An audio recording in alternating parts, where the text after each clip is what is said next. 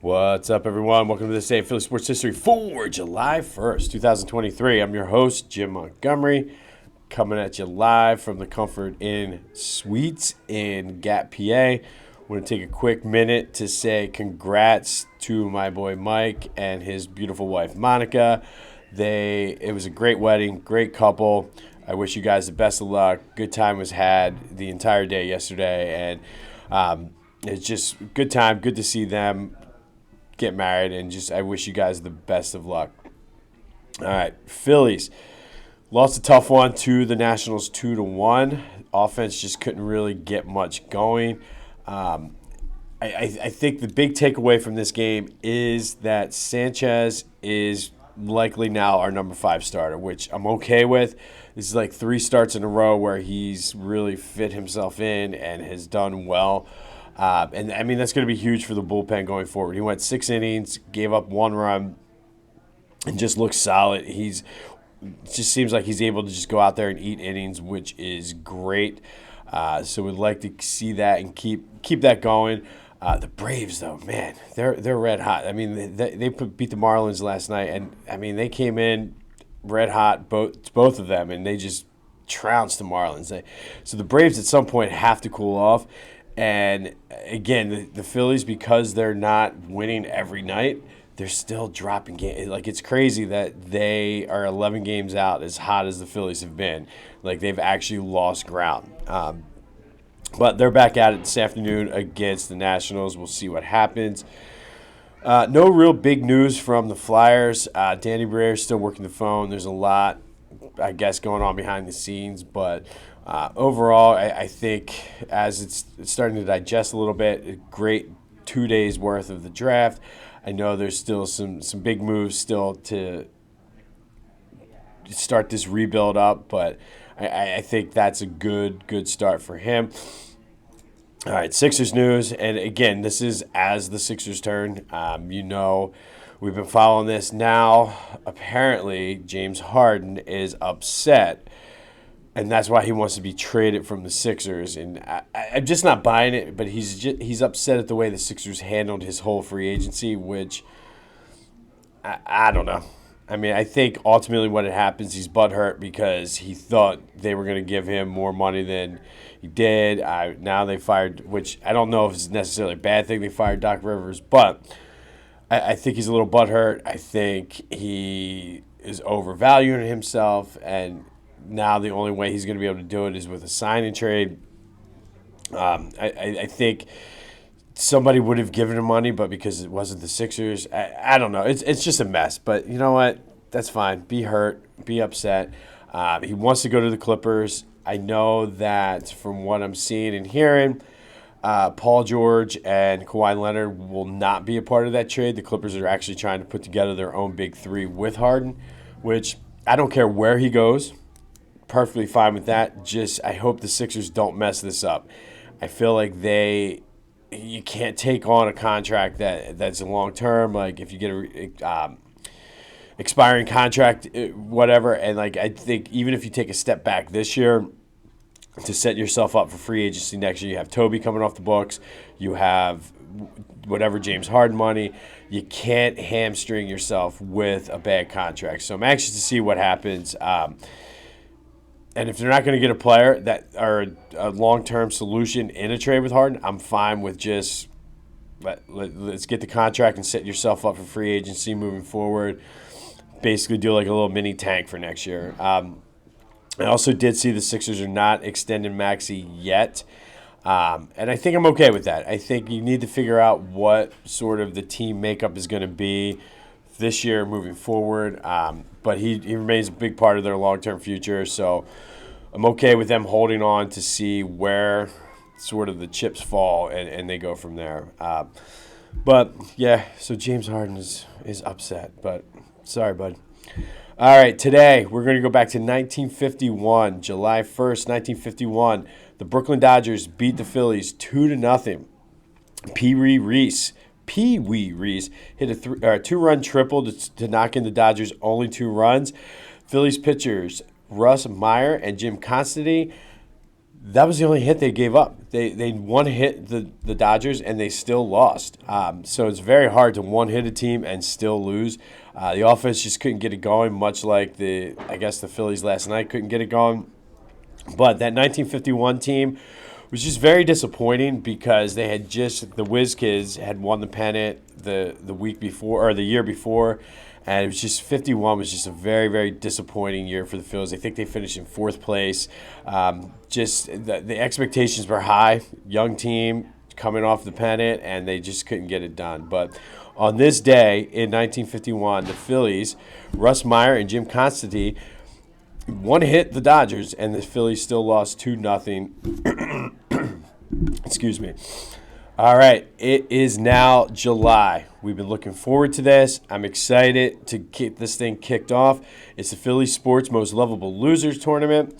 But before we get into the tournament, be sure to support whatever team you like in Philly, whether it's the Eagles, Sixers, Flyers, Phillies. If you want to support neighborhoods, whatever it is, go to phillygoat.com. Use the promo code Jim Montgomery for 10% off of your order. Show your support for your favorite team. And, again, they're quality shirts. Make sure they have the goat on the sleeve so you know it's authentic. But go to phillygoat.com. Use the promo code Jim Montgomery for 10% off of your order. All right.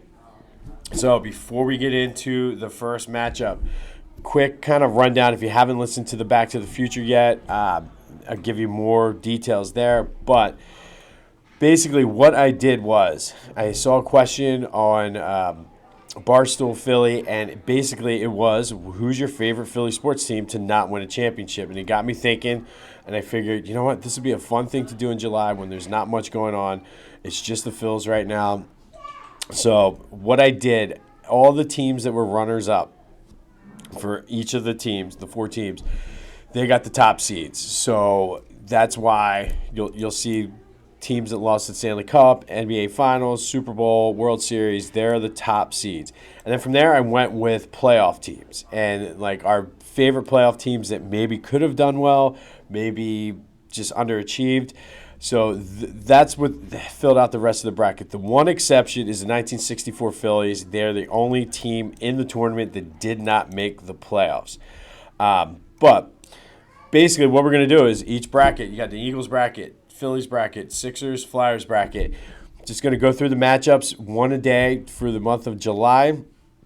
And then you guys tell me. You guys are going to vote whether you're using the poll on Spotify, you're commenting on wherever you get the podcast, on YouTube, on my social media, which I'll give you all that information in a little bit.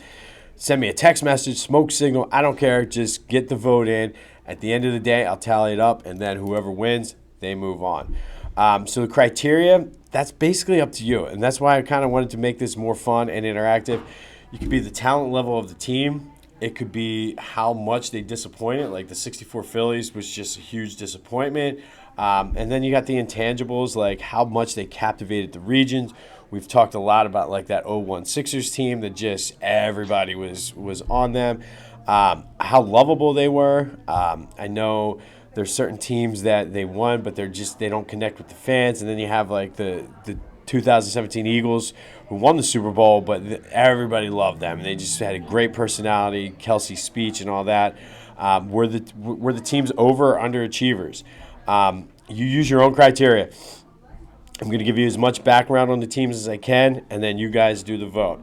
So without further ado, I am excited and I'm thrilled to kick off this tournament. We're going to start in the Eagles Regional, and the first game is the number 1 seed, the 2004 Eagles, versus the number 8 seed, the 1988 Eagles.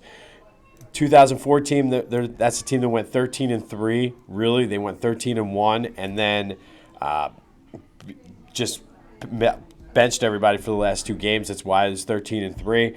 But that was the year T.O. finally came, put the Eagles over the top. They went to the Super Bowl. T.O. did get injured in the playoff run, but came back and had that miraculous comeback in the Super Bowl. I think the disappointment level on this team is a lot because of just how much they had gone through before they got there. And I will say, I think for this team, a lot of their issue was once they made it, past the NFC Championship and actually won, I think that was sort of like, oh, we finally made it. And I think that may have played a role a little bit in that Super Bowl. I do think this was the high point of Andy Reid's career as an Eagle, or as Eagles head coach.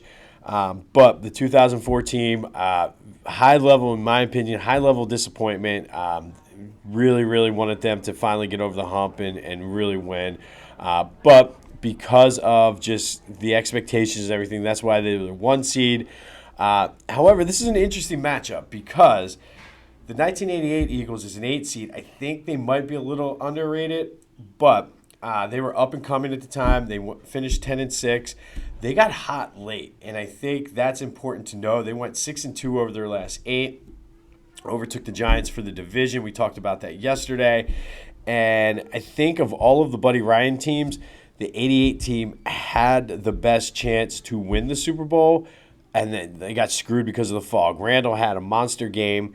And it's just, unfortunately, they were down when the fog came in, and neither team really did much once it came in.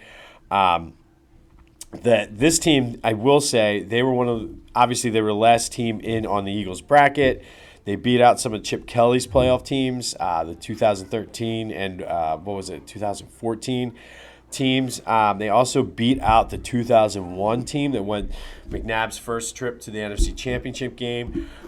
They made the tournament again because I felt like this was the year. The 88 team was the year the Eagles would have had the fog not come in, and we talked about that on Back to the Future, so go back and check out the episode we did on the Fog Bowl. But it's like I said, it's an intriguing matchup, 1 versus 8. But it's up to you guys now. You tell me. And whatever criteria you want to use is fine with me. But we have the 2004 Eagles versus the 1988 Eagles. Who disappointed you more? Who was the better team? Who would win in a matchup? And I will say in a matchup, I use What If Sports a ton for a lot of this stuff. And I will say I played 10 these teams. I had them playing 10 games at a neutral site. I think it was the Metrodome I picked in Minnesota. And the 2004 Eagles won nine times out of 10. They won. But you tell me, where do the 2004 versus the 1988 Eagles rank? Can the 88 Eagles pull off the upset? I mean, if I had to choose, I don't know. This might be an upset, but we'll see. You tell me. Look for the poll on Spotify. Leave a comment wherever you're following this. Hit me up on social media. Facebook, if you follow me on Facebook, leave me a message there. I'm going to put a poll there. Twitter, Jimbo_Mont. Leave me a comment on TikTok, Jimbo Mont. Instagram, Philly Jimbo. You just tell me. Let me know. And by the time we record tomorrow, I'll have a winner for you, and then we'll move on to the next bracket. But it's going to be a beautiful day in the area. This has been This Day in Philly Sports History. Remember, on this day, back in 1951, the Phillies lost to the Dodgers 2-0, but they only gave up 1 hit. We'll give you an update tomorrow, too, on As the Harden Turns. But I'm Jim Montgomery. Go have yourselves a Saturday, and until next time, I'll see you when I see you.